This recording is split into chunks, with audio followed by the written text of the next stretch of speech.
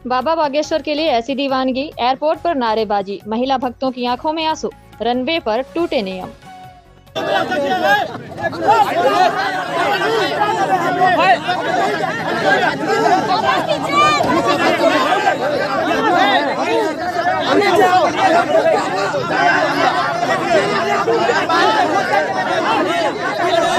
नमस्कार, आप सभी देख रहे हैं तत्काल संदेश निवेदिता के साथ। आइए चलते हैं आज की बड़ी खबर की ओर।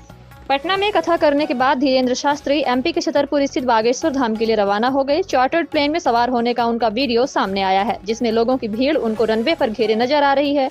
वीडियो सोशल मीडिया पर वायरल है।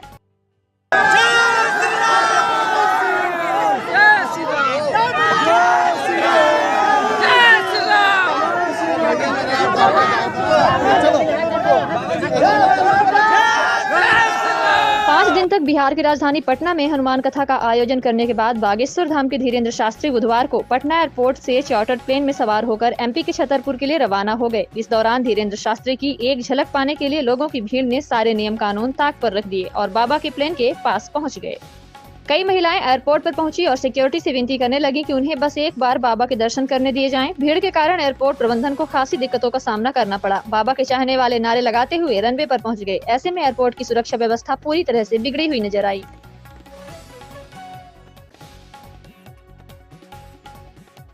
बाबा धीरेन्द्र शास्त्री जब प्लेन में सवार हो रहे थे तो उनको लोगों की भीड़ ने घेर लिया। सिक्योरिटी स्टाफ ने कड़ी मशक्कत के बाद उन्हें प्लेन तक पहुंचाया। विमान में पहुंचने के बाद बाबा ने दोनों हाथ जोड़कर लोगों का अभिवादन किया और फिर अंदर चले गए। अब बाबा को रनवे पर भीड़ द्वारा घेरे जाने वाला वीडियो तेजी से सोशल मीडिया पर वायरल हो रहा है।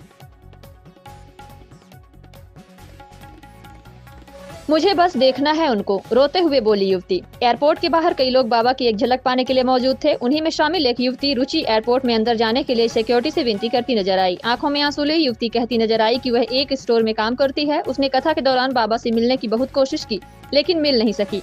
वह बस एक बार बाबा को देखना चाहती थी, इसलिए एयरपोर्ट पर आ गई, लेकिन यहाँ भी उन्हें नहीं देख सकी। मुझे बस एक बार बाबा को देखना है। एयरपोर्ट पहुँच गई हैं। नवतपुर नहीं गए थे? गई थी बट मिल नहीं पाई उनसे मैं। कोशिश किया आपने मिलने की? बहुत कोशिश की बट नहीं मिल पाई। मुझे बस देखना है उनको। क्यों, मतलब ऐसी आस्था बाबा में क्यों? पता नहीं क्यों है बट बाबा को मोबाइल पे सुनती रही है जो मैं मगर हाँ मैं हमेशा सुनती हूँ उनका। मुझे लगा कि चलो बिहार आ रहे तो एटलीस्ट 5 मिनट देख तो लूंगी, एक झलक देख लूंगी, बट मैं नहीं देख पाई उनको। 2-3 दिनों से बाबा बिहार में है। मैं गई थी, नौबतपुर भी गई बट वहाँ बहुत भीड़ था, मैं नहीं मिल पाई वहाँ। अगर बाबा से मुलाकात होगी तो क्या ख्वाहिश है आपकी, क्या कहना चाहेंगी? कुछ नहीं, बस मैं उनसे मिलना, उनको देखना चाहती हूँ और कुछ नहीं चाहिए मुझे उनसे। अपने भविष्य को लेकर के बाबा के सामने कुछ नहीं चाहिए मुझे, बस उन्हें देखना है, सिर्फ बाबा का दीदार करना। हाँ, रोने क्यों लगी आप? मिल नहीं पाऊंगी इसलिए। काम धंधा छोड़ एयरपोर्ट पहुंचे थे लोग। जब लोगों को जानकारी हुई थी कि बाबा एयरपोर्ट पर पहुंचने वाले हैं तो सैकड़ों लोग अपना काम धंधा छोड़कर बाबा के दर्शन के लिए पटना एयरपोर्ट के बाहर पहुंच गए थे, जिसके कारण एयरपोर्ट पर स्थिति बिगड़ गई थी। धीरेन्द्र शास्त्री के पोस्टर पर अज्ञात लोगों ने कालिख पोत दी थी, जिसके बाद से राजनीतिक पारा गर्म हो गया। बीजेपी सांसद से जब इसके बारे में पूछा गया तो उन्होंने कहा कि बाबा बागेश्वर के पोस्टर पर कालिख पोतना अपने मुंह पर कालिख पोतने के बराबर है। वहीं बाबा के फिर से बिहार आगमन पर उन्होंने कहा कि बाबा के लिए बिहार का दरवाजा खुल गया है, अब बाबा बार बार बिहार आएंगे। बाबा और मैं गुरु भाई, मनोज तिवारी। साथ ही मनोज तिवारी ने कहा कि हम लोग गुरु भाई हैं। 11 साल से बाबा से जुड़ा हुआ हूँ। पूरे देश और दुनिया में एक साथ इतने लोगों का कथा सुनना Guinness book of world record में आ जाएगा। बिहार के मुख्यमंत्री नीतीश कुमार के बाबा को लेकर कसे गए तंज पर मनोज तिवारी ने कहा कि हीरा और पुखराज के जैसा होना चाहिए। धीरेन्द्र शास्त्री जी ने साफ शब्दों में कहा है कि आइए सब मिलकर बिहार का मान बढ़ाते हैं। जो स्वागत कर रहा है उसका भी भगवान कल्याण करें और जो विरोध कर रहा है उसका भी भगवान कल्याण करें।